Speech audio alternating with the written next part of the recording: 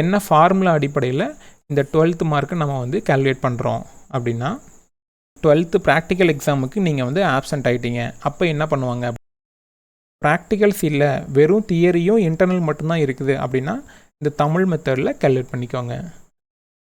இந்த முறையில் மதிப்பெண் கணக்கிடணும் அப்படின்னா உங்களுக்கு வந்து 3 அடிப்படையான தகவல்கள் தேவையானது. ஸோ நல்லா புரிஞ்சுக்கணும். 11th பொறுத்த வரைக்கும் தியரி மார்க் மட்டும்தான் எடுத்துக்கிறோம். வணக்கம். 2020-2021 கல்வியாண்டில் தமிழ்நாடு ஸ்டேட் போர்டு சிலபஸ் அடிப்படையில் 12ஆம் வகுப்பு பொதுத் தேர்வு எழுத இயலாத, அதாவது நோய் தொற்று காரணமாக பொதுத் தேர்வு எழுத இயலாத மாணவ மாணவிகளுக்கு மதிப்பெண் கணக்கிடும் முறையை நம்ம தமிழக அரசு அறிவிச்சிருக்காங்க. அது சார்ந்து மாணவர்களோட அனைத்து சந்தேகங்களுக்குமான விளக்கங்கள் இந்த வீடியோவில் கிடச்சிரும்.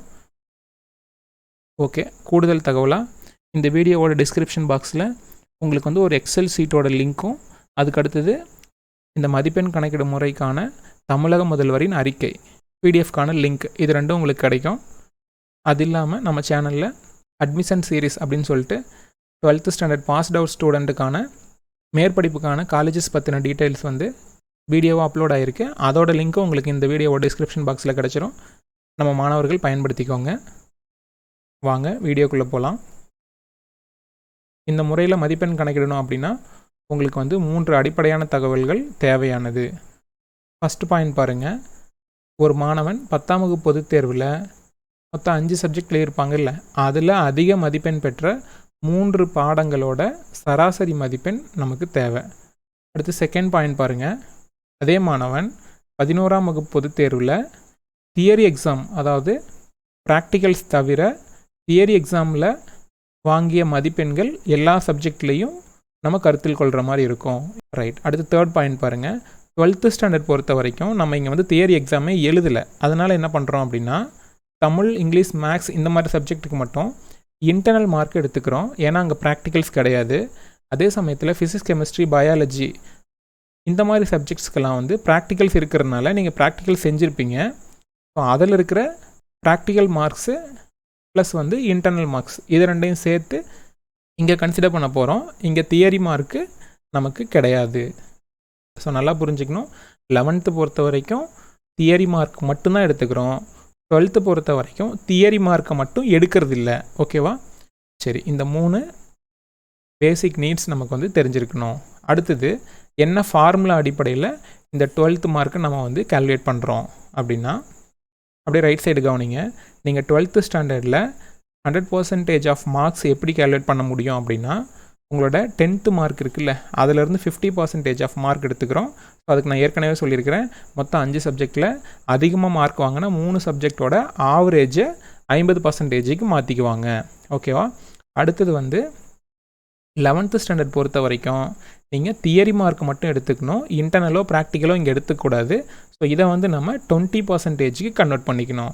அடுத்து 12th ஸ்டாண்டர்ட் பொறுத்த வரைக்கும் பார்த்தீங்கன்னா, இங்கே வந்து ப்ராக்டிக்கல்ஸ் அண்ட் இன்டர்னல் மார்க்ஸ் மட்டும்தான் நம்ம இங்கே கன்சிடர் பண்ணுறோம். தியரி மார்க் இங்கே எடுத்துக்கவே இல்லை, ஏன்னா தியரி எழுதலை. பட் இதிலேருந்து நம்ம என்ன பண்ண போகிறோம் அப்படின்னா, 30% ஆஃப் மார்க்ஸாக ப்ராக்டிக்கல் அண்ட் இன்டர்னலை கன்வெர்ட் பண்ணிக்க போகிறோம். ஓகேவா? ஸோ இப்போ நமக்கு எவ்வளோ கிடச்சிச்சின்னு பாருங்கள்.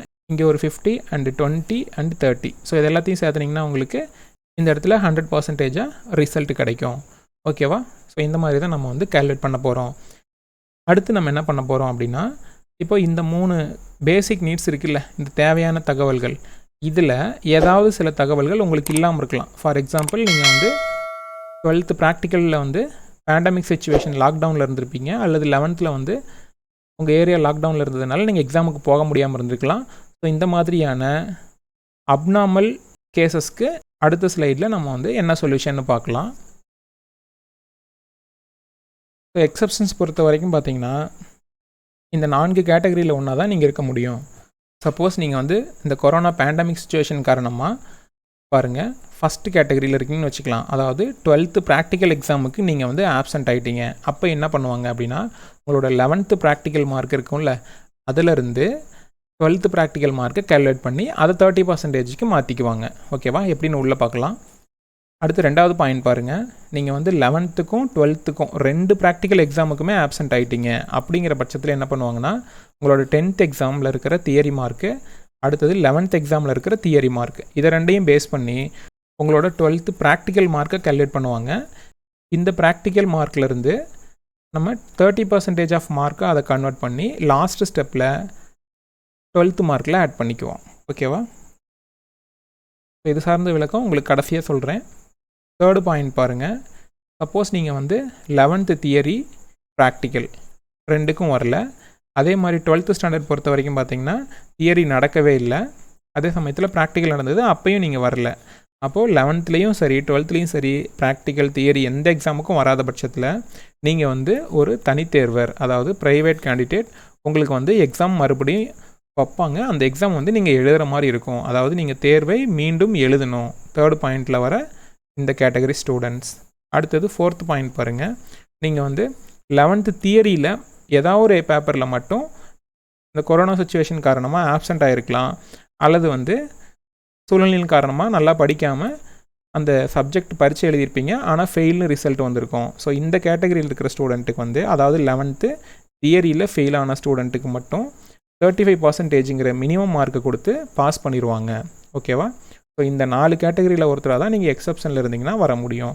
அதர்வைஸ் இந்த 4 கேட்டகரி இல்லாதவங்க ரெகுலர் ஸ்டூடெண்ட்டாக இருப்பீங்க. அது ஏற்கனவே நம்ம சொன்ன அந்த ஃபார்முலாவை பேஸ் பண்ணி கால்குலேஷன் போட்டுருவோம். ஓகேவா? சரி, இப்போ வாங்க மார்க் எப்படி கால்குலேட் பண்ணுறதுன்னு பார்க்கலாம். இப்போ வந்து நம்ம ஸ்டெப் 1 பார்க்கலாம். மொத்தம் 3 ஸ்டெப் இருக்குது. அதில் ஃபஸ்ட்டு ஸ்டெப்பு இப்போ பாருங்கள், ஒரு ஸ்டூடெண்ட்டோட 10th மார்க் இங்கே இருக்குது. அதாவது தமிழில் வந்து 68 எடுத்திருக்காங்க, இங்கிலீஷில் 69, மேக்ஸில் 79, சயின்ஸ் பொறுத்த வரைக்கும் 73, சோசியல் சயின்ஸில் 64. மொத்தமாக அந்த ஸ்டூடெண்ட்டோட மார்க் வந்து 353. ஓகேவா? ஸோ இந்த ஸ்டேஜில் இந்த ஸ்டூடெண்ட்டை பொறுத்த வரைக்கும் பார்த்தீங்கன்னா பெஸ்ட்டு 3 சப்ஜெக்ட்ஸ் எது? ஃபஸ்ட் எடுத்தோடனே மேக்ஸு, அடுத்தது சயின்ஸு அண்டு இங்கிலீஷ். ஸோ இந்த 3 சப்ஜெக்ட்டும் தான் பெஸ்ட்டு 3 சப்ஜெக்டாக இருக்குது. ஸோ இதை வந்து பாருங்கள், நான் இங்கே நோட் பண்ணியிருக்கேன். ஸோ பெஸ்ட்டு 3 சப்ஜெக்ட்ஸ் எடுத்து, அதாவது இங்கிலீஷு, மேக்ஸு, சயின்ஸ். ஸோ இந்த 3 சப்ஜெக்ட்லேயும் நம்ம என்ன பண்ணணும்? ஆவரேஜ் மார்க் கண்டுபிடிக்கணும். ஓகேவா? ஸோ அதன் அடிப்படையில் 69, 79, 73 இந்த 3 மார்க்கையும் ஆட் பண்ணோம் அப்படின்னா நமக்கு என்ன டோட்டல் வரும்? 221 வரும். அதை 3ஆல் டிவைட் பண்ணிங்கன்னா உங்களுக்கு ஆவரேஜ் மார்க்காக 73.67 கிடைக்கும். இது வந்து நம்ம ஒவ்வொரு சப்ஜெக்டையும் இந்த இடத்துல 100க்கு எழுதியிருக்கிறதுனால அவுட் ஆஃப் 100 அப்படின்னு நமக்கு கிடைக்கும். பட் நமக்கு என்ன தேவை அப்படின்னா, நான் ஏற்கனவே ஃபஸ்ட்டு ஃபார்முலாவில் சொன்னேன்ல, 50% ஆஃப் மார்க் தான் வந்து நம்ம எஸ்எஸ்எல்சியில் எடுத்துக்கிறோம். ஸோ அதனால் இந்த அவுட் ஆஃப் 100ன்னு வரதை, அதாவது 73.67 2ஆல் டிவைட் பண்ணுங்கள். உங்களுக்கு ஆன்சர் என்னென்னு கிடைக்குன்னு பாருங்கள். 36.835 அப்படின்னு கிடைக்கும். இது அப்படியே வந்து முழு எண்ணாக மாற்றுனீங்க அப்படின்னா உங்களுக்கு 84ஆக மாறிடும். அப்போ 36.84 அப்படிங்கிறது 37. இது வந்து அவுட் ஆஃப் 50க்கு. ஸோ இது வந்து ஒரு ஆஃப். ஓகேவா? இப்போ நம்ம வந்து என்ன பண்ணியிருக்கிறோம்? 12th 100% ஆஃப் மார்க்கில் 50% ஆஃப் மார்க் வந்து இந்த அளவுக்கு அப்படின்னு சொல்லி முடிவு பண்ணியிருக்கிறோம். ஓகேவா? ரைட். ஸ்டெப் 2 பாருங்கள். அதே student 11th standard public exam பொறுத்த வரைக்கும் எவ்வளோ மார்க் வாங்கியிருக்காங்க அப்படின்னு பாருங்கள். இந்த டோட்டல் இங்கே இருக்குல்ல, இதை வச்சு நம்ம புரிஞ்சுக்கலாம். இப்போ பார்த்தீங்கன்னா தமிழில் வந்து 89, இங்கிலீஷில் 88, ஃபிசிக்ஸில் 86, கெமிஸ்ட்ரியில் 88, பயாலஜியில் 85, மேக்ஸில் 90. ஸோ இந்த அளவுக்கு ஸ்கோர் பண்ணியிருக்காங்க அப்படின்னா அவங்களோட தியரி மார்க்கை நம்ம எப்படி கால்குலேட் பண்ணுறது? தமிழ் பாருங்கள். தமிழோட டோட்டல் மார்க் 89. ஸோ தமிழில் அவங்களோட இன்டர்னல் மார்க் பாருங்கள், இங்கே கொடுத்துருக்கேன். அவங்க வந்து 9 மார்க் இன்டர்னல் வாங்கியிருக்காங்க அப்படின்னா அவுட் ஆஃப் 10க்கு மீதி இருக்கிற 80 மார்க். ஸோ இது வந்து அவங்களோட தியரி மார்க்காக இருக்கும். ஓகேவா? இதே மாதிரி இங்கிலீஷ்க்கு பார்த்தீங்கன்னா அந்த ஸ்டூடெண்ட்டோட மார்க் வந்து 88. ஸோ அதில் வந்து 8 மார்க் இன்டர்னல் போயிடுச்சுன்னா மீதி இருக்கிற 80 மார்க் வந்து தியரி. ஓகேவா? அடுத்து ஃபிசிக்ஸ் பாருங்கள், 86. ஃபிசிக்ஸ் பொறுத்த வரைக்கும் நம்ம வந்து 86 3ஆக பிரிக்க வேண்டியிருக்கோம். ஒன்று வந்து 56 மார்க் தியரியில் வாங்கியிருக்காங்க, இன்டர்னலில் 10 மார்க்கு, அடுத்தது ப்ராக்டிக்கலில் 20 மார்க். மொத்தமாக இது ரெண்டையும் நம்ம 30க்கு அப்படின்னு சொல்லுவோம். ஓகேவா? ப்ளஸ் ஏற்கனவே இருக்கிற அந்த 56 அப்படிங்கிறது 70க்குன்னு சொல்லுவோம். ஃபிசிக்ஸ் பொறுத்த வரைக்கும் நம்ம என்ன மைண்ட் பண்ணோம் அப்படின்னா, தியரி மார்க்கான இந்த 56 தான் வந்து மைண்டில் வச்சுக்குவோம். ஓகேவா? அதே மாதிரி கெமிஸ்ட்ரி பாருங்கள். அந்த ஸ்டூடெண்ட் வாங்கின மார்க் வந்து 88. ஸோ 88ல் 20 மார்க் வந்து ப்ராக்டிக்கல், 10 மார்க் இன்டர்னல், இப்போ மீதி எவ்வளோ இருக்கும் 58 இல்லையா? இந்த 58 மார்க்குங்கிறது தியரி. இது வந்து அவுட் ஆஃப் 70க்குன்னு உங்களுக்கு தெரியும். ஸோ அதே மாதிரி பயாலஜி பார்த்துக்கோங்க. லாஸ்ட்டாக மேக்ஸ் பாருங்கள். அந்த ஸ்டூடெண்ட்டோட மேத்ஸ் மார்க் வந்து 90. ஸோ 90 பொறுத்த வரைக்கும் எப்படி இருக்கும்? மேத்ஸில் ப்ராக்டிக்கல் இல்லை, அதனால் இதை கன்சிடர் பண்ண தேவையில்லை. அடுத்தது இன்டர்னல் மார்க் 10ன்னு உங்களுக்கு தெரியும். மீதி இருக்கிற மார்க் பார்த்தீங்கன்னா அவுட் ஆஃப் 90ல் 80 வந்து தியரி. ஓகேவா? அப்போ இது வரைக்கும் நான் சொன்னதில் உங்களுக்கு வந்து 11th ஸ்டாண்டர்ட் அப்படின்னா நீங்கள் இன்டர்னல் மார்க்கோ ப்ராக்டிக்கல் மார்க்கோ பார்க்க வேணாம். டேரெக்டாக என்ன பண்ணணும்? இங்கே ஃபஸ்ட்டு காலமில் இருக்குல்ல இந்த தியரி மார்க், இதை மட்டும் மைண்டில் வச்சுக்கிட்டு இதை வந்து 20%க்கு கன்வெர்ட் பண்ணணும். ஓகேவா? சரி, அது எப்படின்னு பார்க்கலாம். ஃபஸ்ட்டு ஸ்டெப்பில் நம்ம வந்து தமிழ் சப்ஜெக்ட்டுக்கு எப்படி கண்டுபிடிக்கிறதுன்னு பார்க்கலாம். அந்த ஸ்டூடெண்ட்டோட தமிழ் மார்க் எவ்வளோ? 80 இல்லையா? ஸோ இந்த 80 கொண்டு வந்து இங்கே போட்டுருங்க. ஓகே, அவங்க வந்து எழுதின அதிகபட்ச மார்க் எவ்வளோ தியரியில்? Out of 90. ஸோ அது கீழே வச்சுக்கோங்க. இப்போ நமக்கு எவ்வளோ பர்சன்டேஜுக்கு தேவை? 20%க்கு தேவை. அதனால் இங்கே 20 நான் போட்டிருக்கேன். ஸோ 80/90 × 20. இதோட வேல்யூ பார்த்திங்கன்னா கேல்குலேட்டரில் போடும்போது 17.77. ஸோ இதை அப்படியே நம்ம வந்து முழு எண்ணாக மாற்றுறோம் அப்படின்னா உங்களுக்கு 18 அப்படின்னு கிடைக்கும். ஸோ அதே மாதிரி இங்கிலீஷ் பாருங்கள். இங்கிலீஷ் பொறுத்த வரைக்கும் அந்த ஸ்டூடெண்ட் வாங்கின மார்க் 88. நான் ஏற்கனவே சொன்ன மாதிரி 8 மார்க் இன்டர்னல், இது தேவையில்லை. மிச்சம் இருக்கிற தியரி மார்க் 80 மட்டும் எடுத்துக்கலாம். ஸோ 80/90 × 20. இதோட வேல்யூ பார்த்தீங்கன்னா 17.77. ஸோ 18 அப்படின்னு வச்சுக்கலாம். அடுத்தது ஃபிசிக்ஸ் மார்க் பாருங்கள். தேர்ட் பாயிண்டில் ஃபிசிக்ஸ் பொறுத்த வரைக்கும் டோட்டல் மார்க் 86னாலும் அவங்களோட தியரி மார்க் தான் நம்ம இங்கே பார்க்கணும். அது எவ்வளோ? 56. அப்போ 56 மேலே வச்சுக்கோங்க. பட் இந்த இடத்துல கீழே 90 போடக்கூடாது. இங்கே எவ்வளோ தான் வரும்? 70 தான் வரும். ஏன்னா ஃபிசிக்ஸ் வந்து நீங்கள் தியரி அவுட் ஆஃப் 70க்கு எழுதியிருப்பீங்க. ஸோ அதனால் நான் கீழே 70 போட்டுக்கிட்டு இன்ட்டு நமக்கு தேவையான 20%. அப்போ நமக்கு எவ்வளோ கிடைக்கும்? மார்க் வந்து 16 அப்படின்னு கிடைக்கும். அடுத்து கெமிஸ்ட்ரி பாருங்கள். இங்கேயும் ஃபிசிக்ஸ் மாதிரி தான் நம்ம கேல்குலேட் பண்ணோம். கெமிஸ்ட்ரி பொறுத்த வரைக்கும் 58 ஸ்டூடெண்ட் வாங்கியிருக்காங்க. அப்போ வந்து நம்ம 58/70 × 20 போடுவீங்க. ஆன்சர் வந்து இந்த மாதிரி கிடைக்கும். அதை ஃபுல் டிஜிட்டாக மாற்றுறீங்க, 17 அப்படின்னு கிடச்சிருக்கு. அதே மாதிரி பயாலஜி போடுங்க. அடுத்து மேக்ஸ் பார்க்கலாம். இந்த ஸ்டூடெண்ட் 90 மார்க் மேக்ஸில் ஸ்கோர் பண்ணியிருக்காங்க. ஆனால் இன்டர்னலில் 10 மார்க் போயிடுச்சு. அப்போ மீதி இருக்கிற 80 மார்க் தான் எங்கே வந்திருக்கு? தியரியில் வந்திருக்கு. அப்போது 90க்கு 80 வாங்கியிருக்காங்க. ஸோ அதனால் நம்ம என்ன பண்ணுறோம்? இங்கே பாருங்கள், அந்த 6th பாயிண்டில் 80/90 × 20. இதோட ஆன்சர் பார்த்தீங்கன்னா 17.77. இதோட வேல்யூ பார்த்தீங்கன்னா 18. ஓகேவா?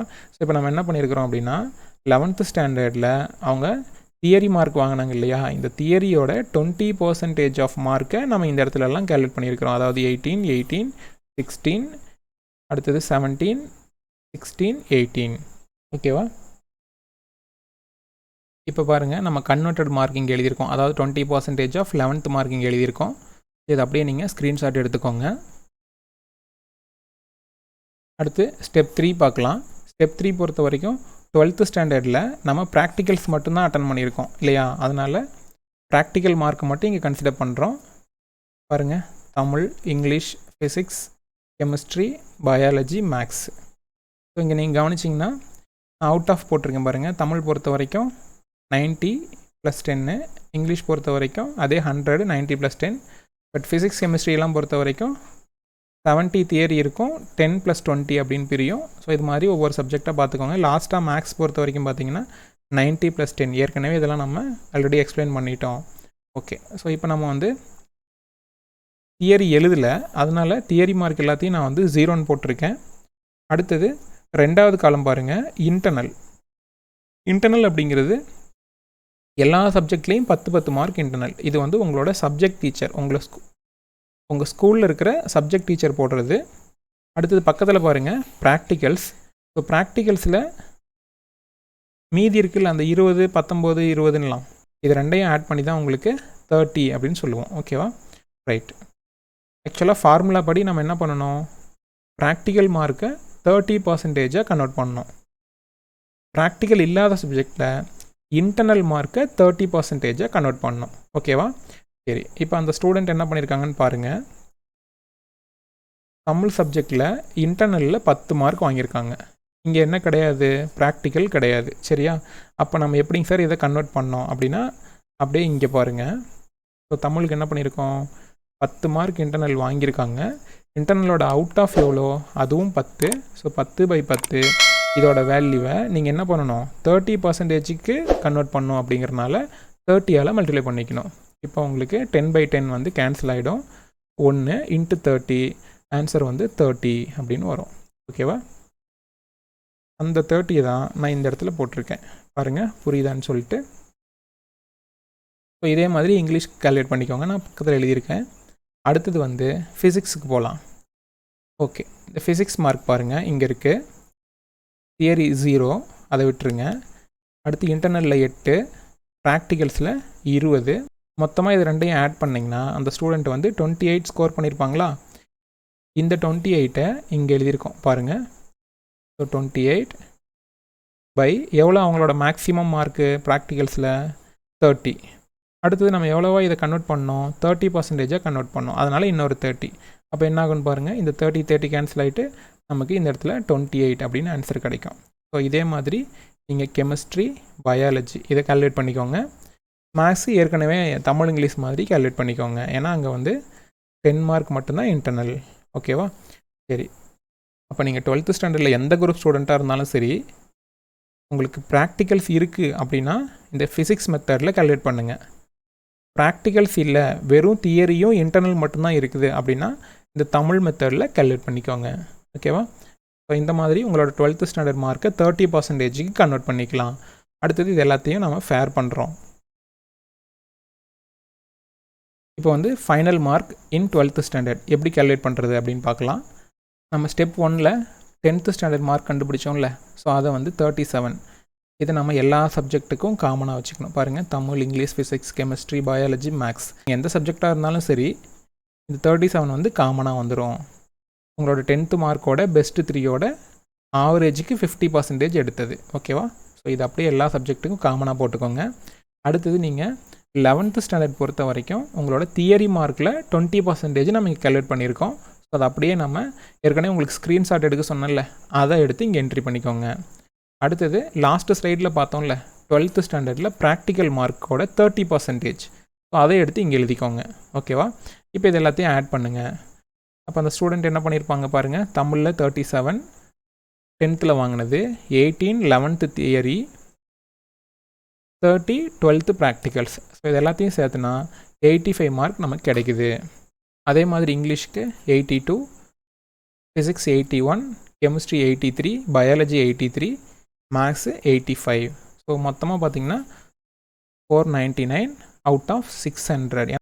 இப்போ நம்ம எடுத்துக்காட்டாக எடுத்துக்கிட்டால் அந்த ஸ்டூடெண்ட்டோட மார்க் பார்த்திங்கன்னா 499 அவுட் ஆஃப் 600. உங்களுக்கு இந்த வீடியோ பயனுள்ளதாக இருந்திருக்கும்னு நினைக்கிறேன். இந்த வீடியோ உங்கள் ஃப்ரெண்ட்ஸ்க்கெல்லாம் ஷேர் பண்ணிக்கோங்க. குறிப்பாக இந்த கொரோனா சுச்சுவேஷன்ஸில் பாதிக்கப்பட்ட ஸ்டூடெண்ட்டாக இருந்தாங்கன்னா அவங்களுக்கு இந்த வீடியோ ஷேர் பண்ணுங்கள். அவங்க வந்து எக்ஸ்ட்ரா டீட்டெயில்ஸ் தெரிஞ்சுப்பாங்க. மீண்டும் அடுத்த வீடியோவில் சந்திக்கலாம். நன்றி.